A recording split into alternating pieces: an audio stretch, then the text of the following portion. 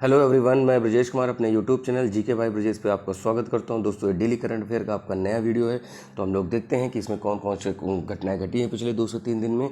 और हम लोग डेली करंट अफेयर को ऐसे ही देख रहे हैं, तो डेली 20 क्वेश्चन का हम लोग डिस्कस करते हैं। तो जो लोग नए, प्लीज़ चैनल को सब्सक्राइब करें और सारे वीडियो जाकर देखें। केवल करंट अफेयर ही नहीं, अगर करंट अफेयर से रिलेटेड अगर कोई ऐसा मुद्दा आता है जो जीएस से संबंधित होता है, उसको भी मैं एक्सप्लेन करता हूँ। तो आप अपने नोट्स लेकर बैठें, कॉपी पेन लेकर, और उसमें इसको जरूर नोट करें।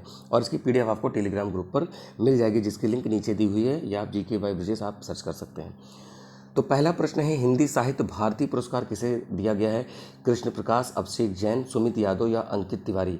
तो साहित्य भारती पुरस्कार जो अवार्ड ये दिया गया है, ये दिया गया है कृष्ण प्रकाश को दिया गया है। हाल ही में कृष्ण प्रकाश को प्रतिष्ठित वार्षिक हिंदी जो लिटरेरी भारती अवार्ड है, ये इनको दिया गया है। कृष्ण प्रकाश मुंबई पुलिस की आतंकवाद निरोधी इकाई के फोर्स 1 के प्रमुख हैं। ठीक है, तो ये याद रखिएगा, मुंबई में आयोजित महोत्सव में या एक प्रोग्राम में यहाँ पर इनको ये अवार्ड दिया गया है। तो ये देखिए, इंग्लिश में भी चीज़ लिखी है, तो जो मित्र लोग इंग्लिश में देख रहे हैं तो उसको यहाँ से आप देख सकते हैं। अगला है कि किस दिन विश्व साइकिल दिवस मनाते हैं? 2 जून, 3, 4, 5? तो देखिए, विश्व साइकिल दिवस 3 जून को मनाते हैं। तो हर साल विश्व साइकिल दिवस 3 जून को मनाया जाता है।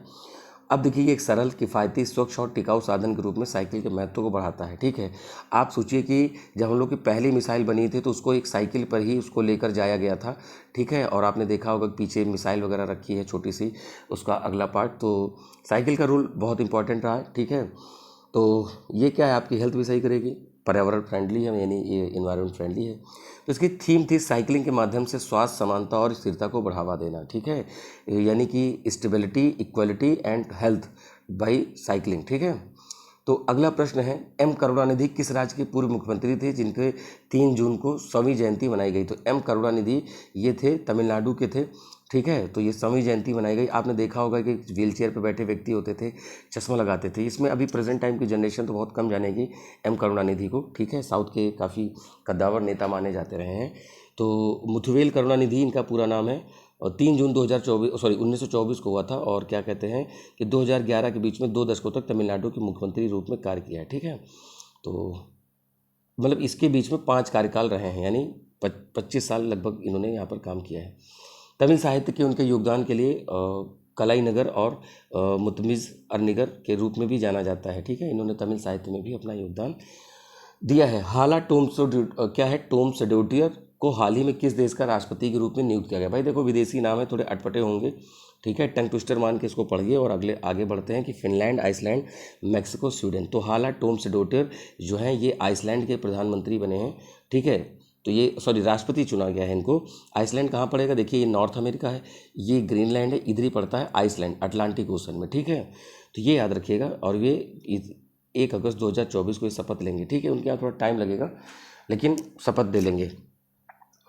अगला प्रश्न है, यहाँ पर है, केदार जाधव किस खेल से संबंधित है? भाई क्रिकेट से संबंधित है, इन्होंने संन्यास लिया है। ये बच्चों को पता है, केदार जाधव क्रिकेट से संबंधित खिलाड़ी हैं। तो ऐसे भी प्रश्न पूछे जाते हैं। भारतीय बल्लेबाज केदार जाधव ने क्रिकेट के सभी प्रारूपों से संन्यास ले लिया। सभी प्रारूप मतलब T20 भी नहीं खेलेंगे, वनडे भी नहीं खेलेंगे, टेस्ट भी नहीं खेलेंगे।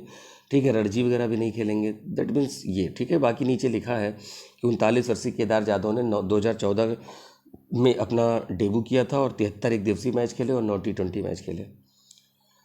अगला है, हाल ही में जारी ब्लूमबर्ग बिलियनियर्स इंडेक्स के अनुसार एशिया के सबसे अमीर व्यक्ति कौन बन गए हैं? तो यहाँ पर गौतम अडानी यहाँ पर। ठीक है, तो ये फिर से बन गए। देखिए, ये चीज़ है, किसी का शेयर मार्केट में पैसा बढ़ा घटा। कल के वीडियो मैंने बताया कि ये एशिया के सबसे अमीर व्यक्ति नहीं रहे थे, फिर बाद में बन गए।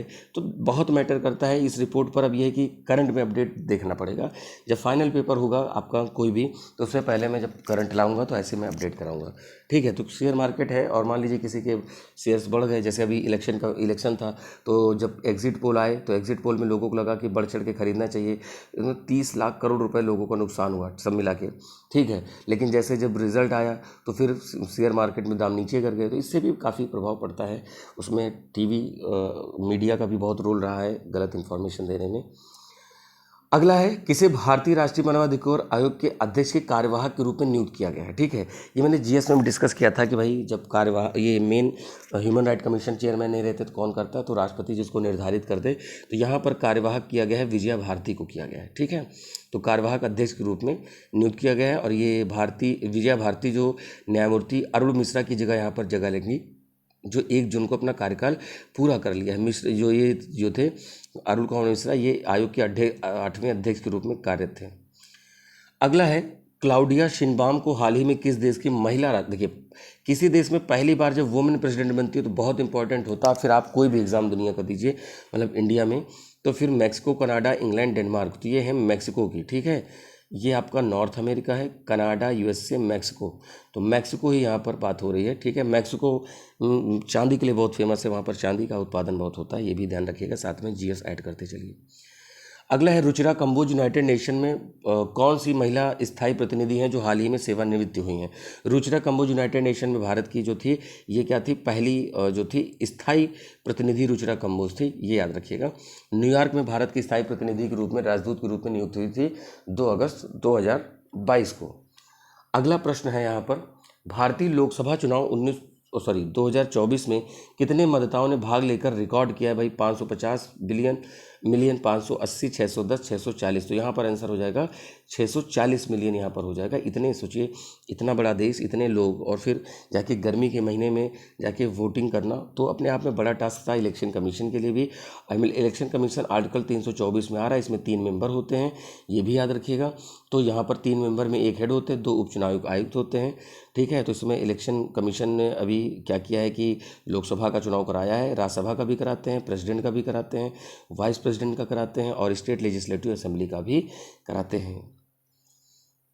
अगला है कि विश्व तंबाकू दिवस किस दिन मनाते हो, तो देखिए भैया 31 मई को मनाते हैं। दिवस मैंने बहुत रटा है, दिवस आप जरूर देखिए, साथ में 5 जून को पर्यावरण दिवस, 21 जून को आपका योग दिवस, जो इस महीने में पड़ते हैं, जून के मंथ में, ठीक है। इसका थीम बहुत इंपॉर्टेंट है, थीम था बच्चों को तंबाकू उपयोग को हस्तक्षेप से बताना। जैसे तेलंगाना ने 1 साल के लिए क्या किया, प्रतिबंध लगा दिया कि निकोटीन वाला कोई संबंधित उत्पाद खरीदने, बेचने, भंडारण पर रोक लगा दी गई है।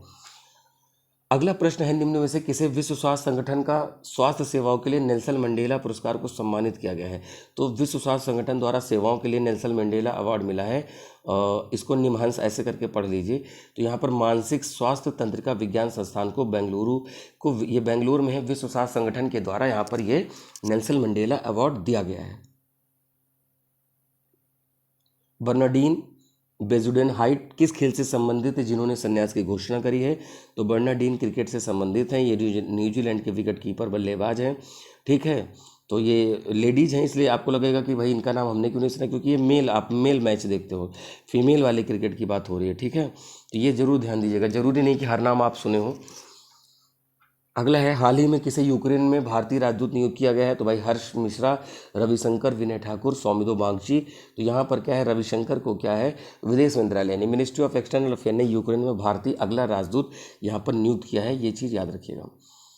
अगला है, पेरिस ओलंपिक 2024 में क्वालिफाई करने वाले भारत के पहले पुरुष मुक्केबाज कौन है, सचिन सिवाच, निशांत देव, विकास कृष्ण, आशीष कुमार चौधरी। तो यहाँ पर निशांत देव हैं। तो ये जो पेरिस ओलंपिक होगा 2024 में अपना स्थान सुरक्षित कर लिया है। इन्होंने बैंकॉक यानी थाईलैंड में आयोजित दूसरे बॉक्सिंग वर्ल्ड क्वालिफायर में 31 किलोग्राम में मोल्दोवन प्रतिद्वंदी को यहाँ पर 5-0 से हराकर ओलंपिक का टिकट लिया है। अभी धीरे धीरे और भी नाम आपको सुनने को मिलते रहेंगे जो आपके लिए इम्पोर्टेंट रहेगा, क्योंकि इसी वर्ष में आपको देखने को मिलेगा पेरिस ओलंपिक मिलेगा। इससे पहले जो टोक्यो ओलंपिक था 2020 वो हुआ था बाद में, क्योंकि कोविड का समय था, और वहाँ पर नीरज चोपड़ा ने 7 अगस्त को क्या किया था कि जेवलिन थ्रो किया था, और 7 अगस्त को ही जेवलिन दिवस मनाते हैं इंडिया में, उसी दिन घोषणा करी गई थी। तो ये भी याद रखिएगा। तो विश्व मुक्केबाजी में जुड़ने वाला कौन सदस्य बन गया है भारत, तो भारत 29वां सदस्य बना है जो विश्व मुक्केबाजी यानी वर्ल्ड बॉक्सिंग चैंपियन का मतलब संघ का सदस्य बन गया है।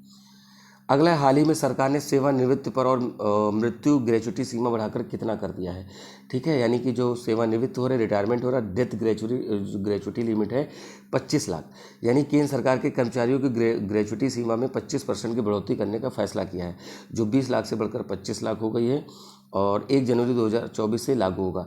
ऐसा होता क्या है कि जैसे मान लीजिए जो नौकरी कर रहे होंगे, बहुत ज़्यादा डिटेल तो इस पर नहीं जाएंगे, बट इतना है कि जो कुछ सैलरी होती है आपकी रिटायरमेंट से पहले, उसी का 25% के हिसाब से आपको ग्रेचुटी दी जाती है, ठीक है।